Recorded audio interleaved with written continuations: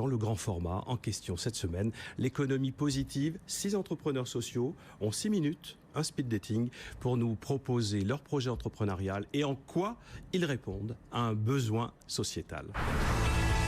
BFM Business, à but non lucratif, le grand format.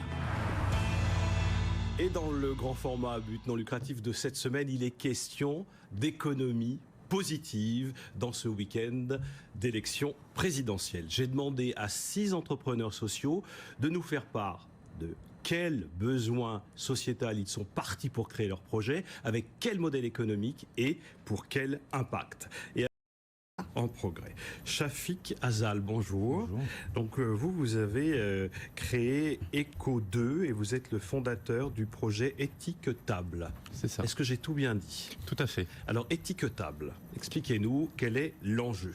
Alors, étiquetable, comme son nom l'indique, c'est un jeu de mots entre étiquette, éthique évidemment, et puis table. Donc le sujet dont on parle ici, c'est l'alimentation. Oui. Et nous, notre enjeu, c'est de répondre au défi de l'alimentation durable. Comment mieux manger demain en préservant les ressources, en faisant attention à notre santé et aussi à ceux qui produisent notre alimentation. Juste quelques chiffres. 30% des émissions de gaz à effet de serre, on parle beaucoup de changement climatique, c'est l'alimentation. C'est plus que le transport, c'est plus que les bâtiments, la consommation d'énergie des bâtiments. C'est un sujet dont on ne parle pas assez souvent quand on parle de changement climatique. C'est un enjeu majeur. Un autre chiffre, 90% des espèces de poissons sont soit déjà surexploitées, soit à leur maximum d'exploitation. Ça veut dire que c'est des espèces qui sont en danger. 90%, c'est énorme. On est en train de, par notre consommation et notre mode d'alimentation, de détruire ce dont on a besoin pour survivre. Et pourtant, les Français sont raisonnables, hein. J'ai vu passer un autre chiffre, vous dites que 70% des Français sont prêts à consommer essentiellement des produits de saison. Alors oui, donc ils sont plutôt raisonnables. Quand on leur pose la question, ils sont prêts à le faire, mais si vous allez dans les supermarchés en hiver ou même sur les marchés, vous avez 80% des produits qui ne sont pas des produits de saison. La tomate, on en mange tout l'hiver. Pourtant, c'est une tomate qui a poussé sous une serre chauffée, et souvent au gaz ou au fioul. Et qui a traversé la moitié de la planète, parfois d'une manière pas tout à fait écologique. Alors ça, c'est vrai pour d'autres fruits et légumes, ou alors qui vient du sud de l'Espagne. Alors vous souhaitez faire évoluer les comportements alimentaires vers une cuisine que vous décrivez comme une cuisine plus durable. Tout à fait. Alors, j'ai besoin de vous expliquer ce que c'est que durable. Donc, dans durable, il y a évidemment la préservation de l'environnement dont je viens de parler, mais pour nous qui mangeons, il y a un point très important aussi, c'est notre santé. L'aspect nutritionnel, il y a des problèmes de santé publique, mais il y a aussi les pesticides, il y a aussi les problèmes d'obésité, les maladies cardiovasculaires. Enfin, voilà, maintenant on sait qu'il y a un lien entre ce qu'on mange et notre santé. Et enfin, le côté social. On parle beaucoup aujourd'hui des producteurs, des agriculteurs qui ont du mal à joindre les deux bouts. On achète des choses qui viennent de l'autre bout du monde, alors qu'on pourrait développer une agriculture courte, de circuit court, local, et donc il y a un développement économique aussi derrière. Alors quel est le modèle économique de votre projet?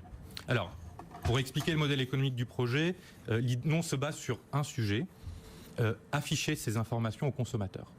Et donc, on va créer une appli mobile qui sera gratuite. Donc ça, c'est pas le modèle qui est lucratif. Ça, c'est le modèle non lucratif qui va permettre aux consommateurs. Elle s'appelle comment cette appli? Eh ben, elle s'appellera Étiquetable. Étiquetable. Voilà. Et en même temps, on crée un système d'affichage qu'on va proposer à la restauration. Donc là, il y a un abonnement, il y a un système d'abonnement derrière, un système de vente de prestations. Et vous avez une visée d'impact? Vous vous êtes posé un objectif, notre impact social, c'est ça? Alors, ou est-ce que pour le moment, c'est trop en amont? Non. Nous, on pense qu'on peut diviser par 2 les émissions de gaz à effet de serre de l'alimentation juste en changeant un certain nombre de pratiques, et on peut améliorer aussi la nutrition. Donc, on peut le faire, et c'est ce qu'on va essayer de faire avec ce projet. Merci.